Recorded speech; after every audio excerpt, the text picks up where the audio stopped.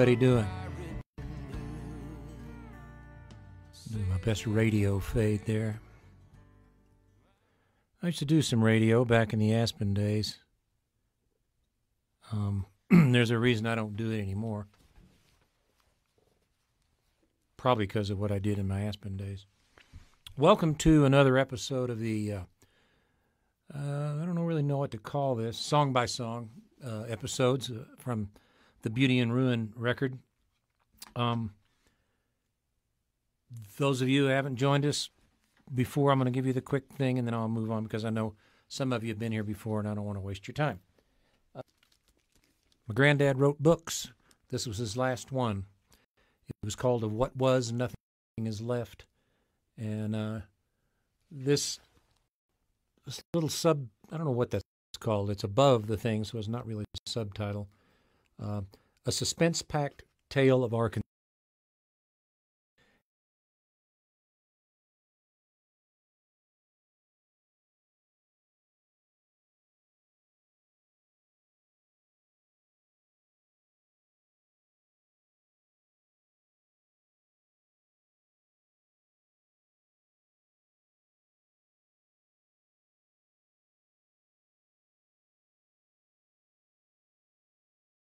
Someone just wrote that the music I was playing before I went live here officially went well with the turtle pond they were sitting by. So that's a first, turtle pond music. At any rate, glad to have you here, and looks like it may have cut out a little bit. We'll just have to deal with that technology. This particular song today is one that those of you who know about the record know that John Oates produced, wrote, and played on it, and feel very fortunate to have that happen not once but twice in my life in the last 3 or 4 years. And this was a particularly cool experience because John felt like, I asked him in an interview I did with him for an upcoming podcast thing I'm working on this, and he said, well, it wasn't like any other project where you get 10 or 11 songs.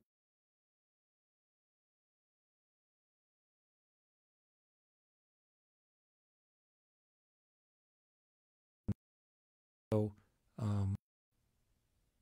he was drawn to that, and that was cool. So one of the things I'd like to do is talk a little about the song, how we wrote the song.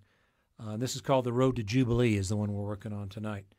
And when we got together and talked about this project, one of the first things John said was, and I think it's a direct quote, "I'll do this, but I get Jubilee," meaning that was a word or a place, and it's a town in the book. It was a situation that he felt drawn to after he read the book early on, which was fine, and that's kind of what everybody did. They sort of picked something that resonated with them, and then made a song out of it. So the way this one sort of evolved was John worked on it a little, I think, if I recall, on his own. Then he and I got together and worked on it some. And then it sort of ruminated, or marinated, maybe is a better word, always. And it marinated for a little bit. And then one day I sent John sort of a half-finished draft that I had done. And he wrote back something to the effect, now you're kind of in the ballpark.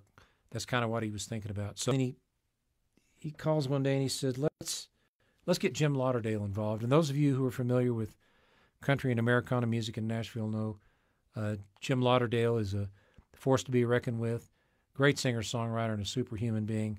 And I didn't really know Jim very well, and I was thrilled to get to work with him.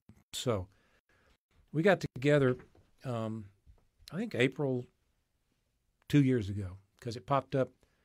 I think that's right, because it popped up the other day in my, April. in my Facebook memory thing, and it seems like yesterday, but that's when it was. And we all three got together at the Addiction Studio there at David Kalmuski's place in Nashville, and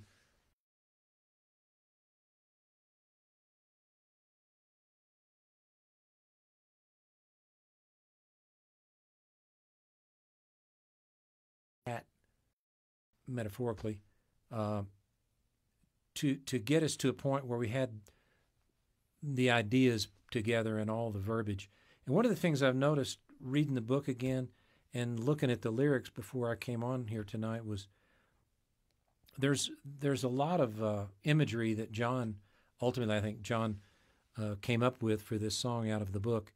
And that's one of the things that we were drawn to about this book as source material for an album was that it was almost cinematic in the way it was written. There are a lot of very vivid images that my grandfather included in there, and he very poetic. So it lent itself to that, we thought, and still think. So John and Jim and I sat around, and I have to give you a little aside. I was specifically interested in writing with those two guys.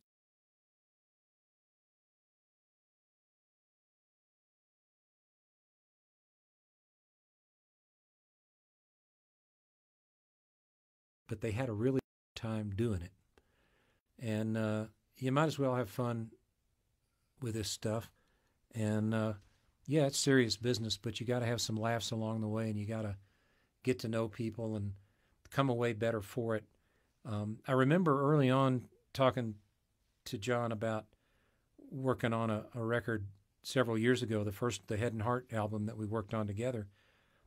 And I think I said something about, you know, at my age and given sort of where the music industry was at the time and certainly is now, you know, illusions about where that goes because it's sort of a young person's game and the industry has changed so much, not to be self-defeating, but just to be sort of realistic about all that. And he said, well, there's something to be said for the experience.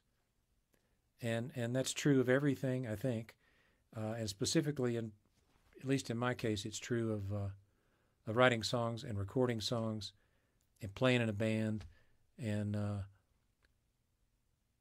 sadly, especially being in front of a live audience, which I miss terribly, and we can visit that subject too at some point. But anyway, I wanted to have that experience of being in that room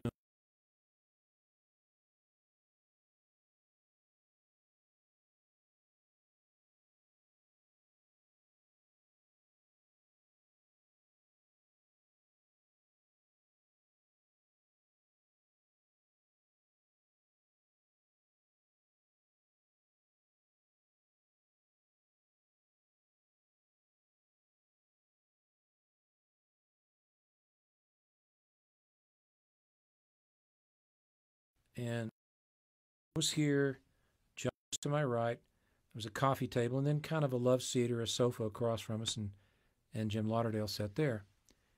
And he kind of leaned back and he looked at us. He said, I like this arrangement. He said, I like this arrangement a lot. I said, yeah, why is that? And he said, because if I say something that John thinks is a bad idea, I can see his face. He said, you know, that face, or something like that. And I laughed. I said, yeah, once or twice I've seen that face. And he's almost always right, but it's just a subtle signal that keep trying. That's not exactly. We had some laughs about that right off the bat. Tried a number of different things. Sometimes when you're writing a song, you have another song in mind that you want to approximate the feel of. Or maybe it's, if you were to sing this one and then later hear this other song, you'd go, I see where there's a chemistry between the two. I remember watching an Eagles thing, and Glenn Fry was going, okay, well, we'll do the Chuck Berry thing. You know, or he just said, we're going to do Chuck Berry, the Chuck Berry. And that's the the chord with the, the rhythm part that Chuck Berry was known for. So it's impossible to write a song and not be influenced by something else. And I remember thinking, we were all talking about The Weight, that iconic band song. And we thought about how that would be, that feel. And whether we got there or not, I don't know. But that's kind of where it veers off and wherever it goes. So with that in mind, we had a wonderful day writing. We ordered out and had lunch. And weeks went by after that because we didn't finish it. We recorded a verse and a chorus, I think, but we weren't done by any stretch. And then one day, John sent me what was ultimately pretty much a finished version, and he had taken this thing and boiled it down and really, really nailed it. And this song, if you've been with me on this little journey lately, we've been talking a lot about some of the people in Laura, who being a selfish person. We talked a little about Frank, who's kind of the good guy in the book, and then the captain, who's a big fella, but sort of a tragic character in the end. But Frank, the reason I brought up that business about the suspense-packed tale of Arkansas, there's a whodunit in this book. There's a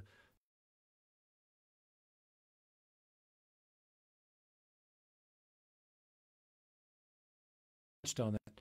This song does in a very indirect way. One of the things that happens is somebody's killed in the book, and it's a little unclear who did the killing. And all you are led to know through a significant portion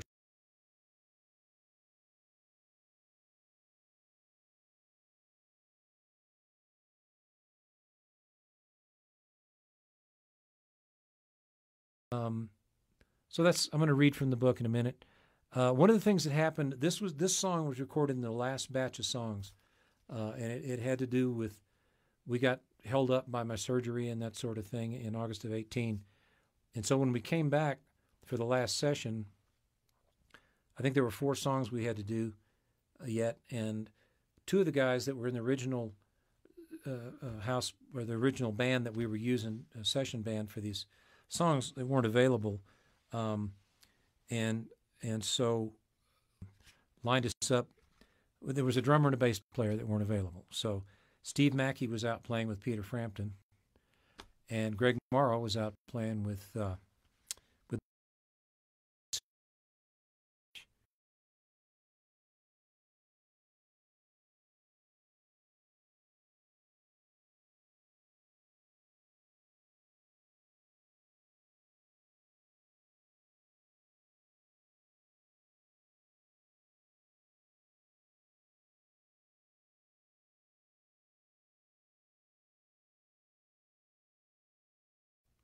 was just in the throes of the new Casey Musgrave Golden Hour record, which was huge, Grammys all over the place. So those guys are on there. Tom Bukovac on guitar, obviously John Oates, Dan Dugmore's on it. Also on this one, we weren't able to get Nat Smith, who had played cello on all the other songs. So Jimmy Mattingly was able to do some fiddle on this one. So it was a wonderful group of people, and it had a slightly different character to it than some of the other songs on the record, but just turned out great. So I'd like to read a little bit from the book. And before I go too far, this is the first time in a long time I've had 3 gigs in 1 week. They're all online, but I do have 3 gigs this week. This one that you're at. Then tomorrow at noon, Mountain Time, and there's a reason for that. Noon Mountain Time, I'm going to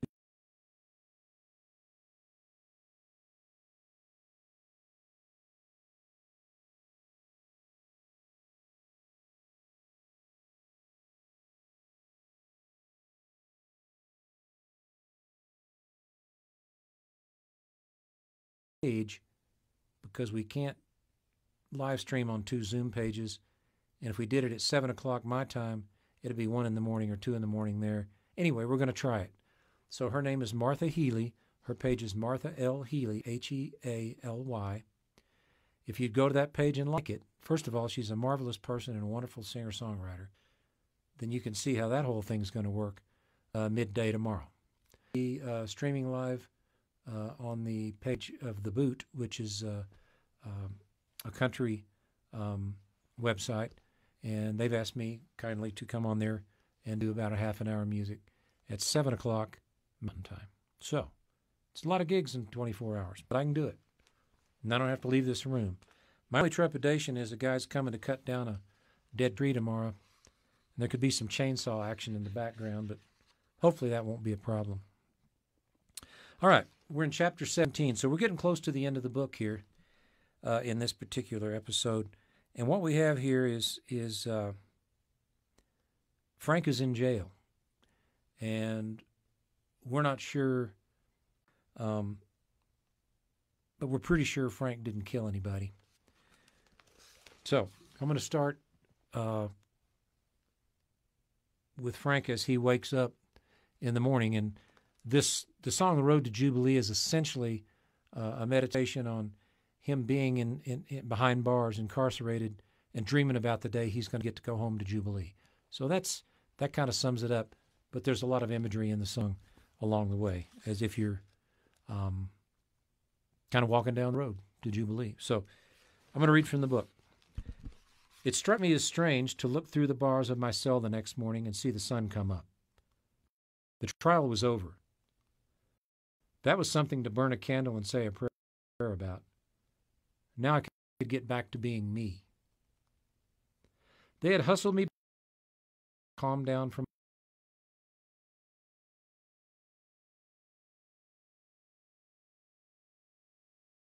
over the scene I had made. But if he were honest with himself, he would have to admit that I completely scuttled the question which caused the furor. In my absence, the defense lawyer had announced he was willing to get on with the argument.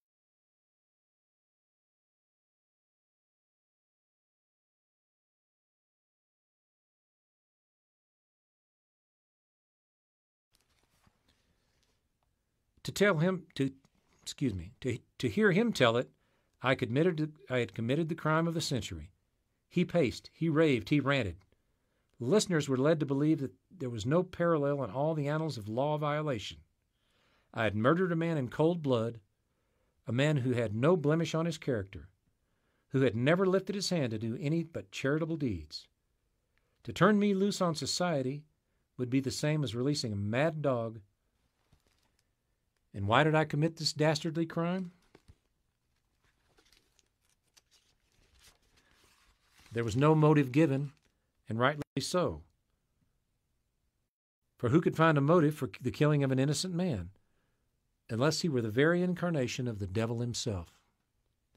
The defense lawyer, his brow burrowed formidably, paced slowly in front of the jury.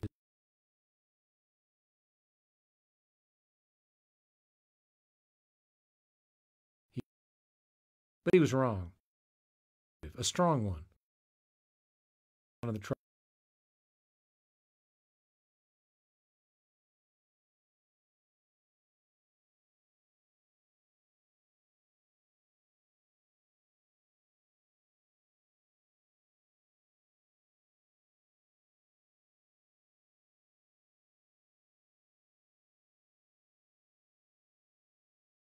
And threatened to clear the courtroom. The prosecuting attorney, with all his witnesses, the lawyer went on, has not proved my client committed murder. The law states clearly that there must be no doubt in the minds as to the guilt of the defendant. If there is even the least shadow of a doubt, you are to set my client free. His fate is in your hands. I hope you do not fail in your duty. So you can see, it's kind of a Perry Mason situation there. I find, as I look at what's going on in the streets and in the courts and in politics,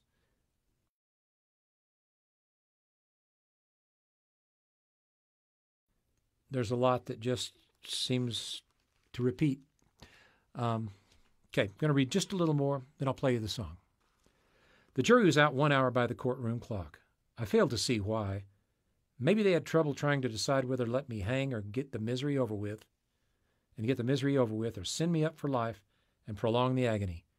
Anyway, to nobody's astonishment, they decided I was guilty and asked the court to show mercy, which was the same as telling the judge not to have me hung.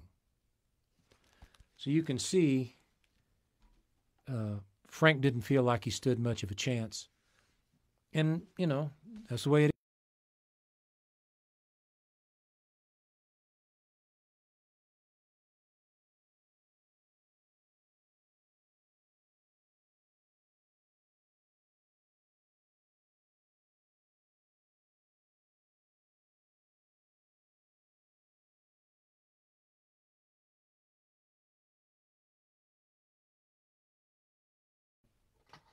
And when they found out, it was, as he says, quite juicy. As I mentioned, John really gets credit with pulling this song together ultimately, and I think he knows I know that and want him to know it.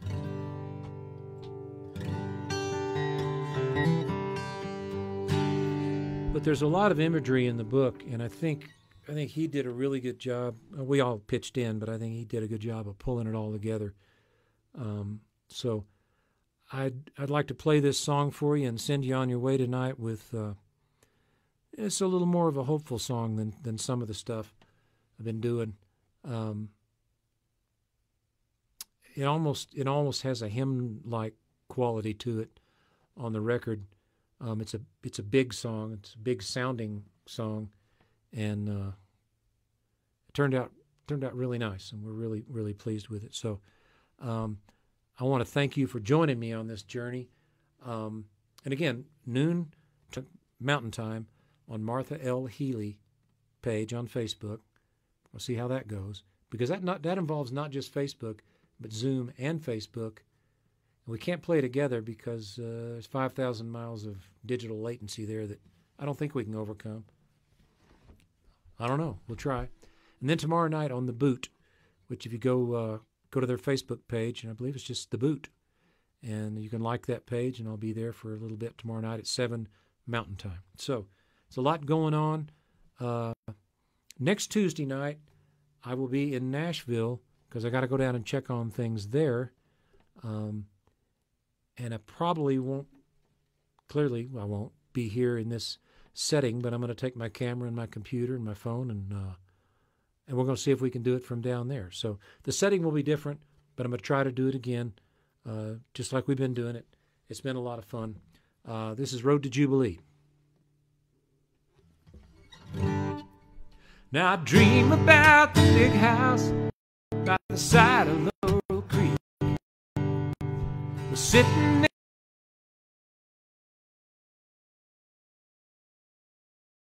dog collar music, and a mule ride to town. That's all I ever wanted. I ever settled down. When a boy from Texarkana found a girl to take his name, but the love they made and the vows they gave always would remain. Was a garden full of thorns, but the roses smelled so sweet. What was bound together was bound to break, the hands of love to see. On the road to Jubilee, take me back in time before I left for Tennessee, living on memories. On the road to Jubilee, keep a picture in my mind, and I'm counting down the days till he said, yeah, till I'm walking down the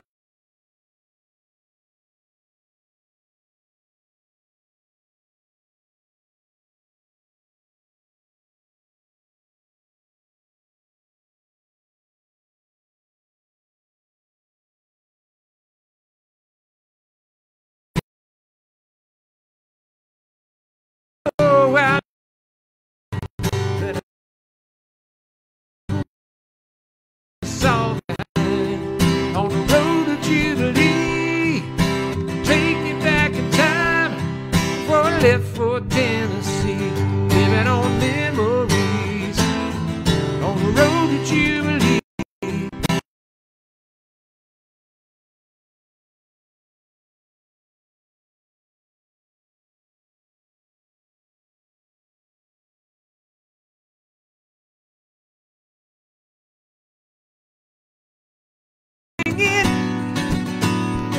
Like sweet magnolia blossoms in the tree, bringing me back again, bringing me back again.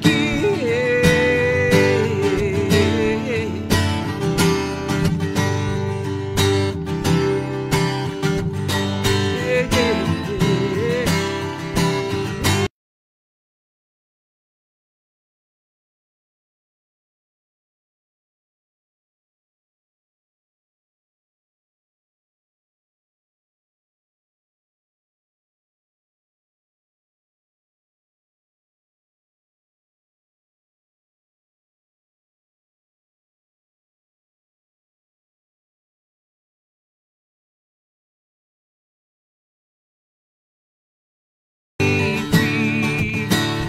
Walking down the road, walking down the road, walking down the road to Jubilee, walking down the road.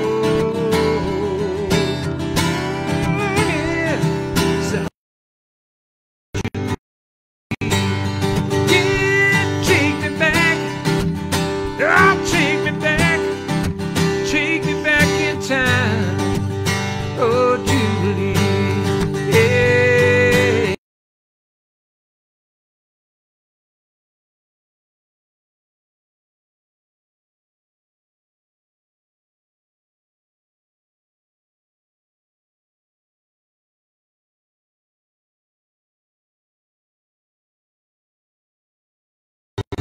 Yeah. Walking down the road, walking down the road, walking down the road.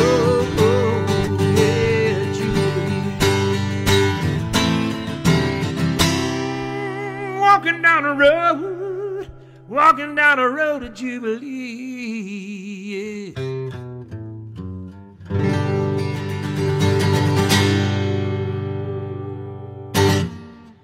Yeah. Before I forget, there's a wonderful video that Jim and John did with me. It's on YouTube at David Starr Music, or YouTube/David Starr Music.